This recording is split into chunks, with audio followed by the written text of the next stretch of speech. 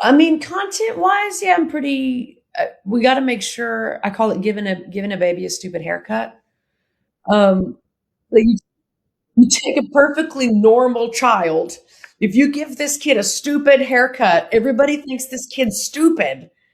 So, I don't want to get in the writing process. I don't want to write what we love and then at the last minute phone in the bridge and now the kid has a stupid haircut. And now I just hate the whole song. So writing wise, I do make sure that everything is pretty much where it needs to be.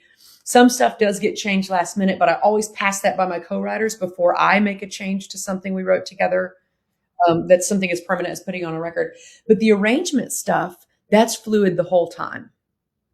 There's very few things that, because while I know what I think this song should be like, I'm not the only authority on what things should be like. My band and I collab on what those arrangements are, and then taking what we've knocked out together in my garage over to John and being like, we think it's like this. And then for him to say, it is like this, unless it's like this.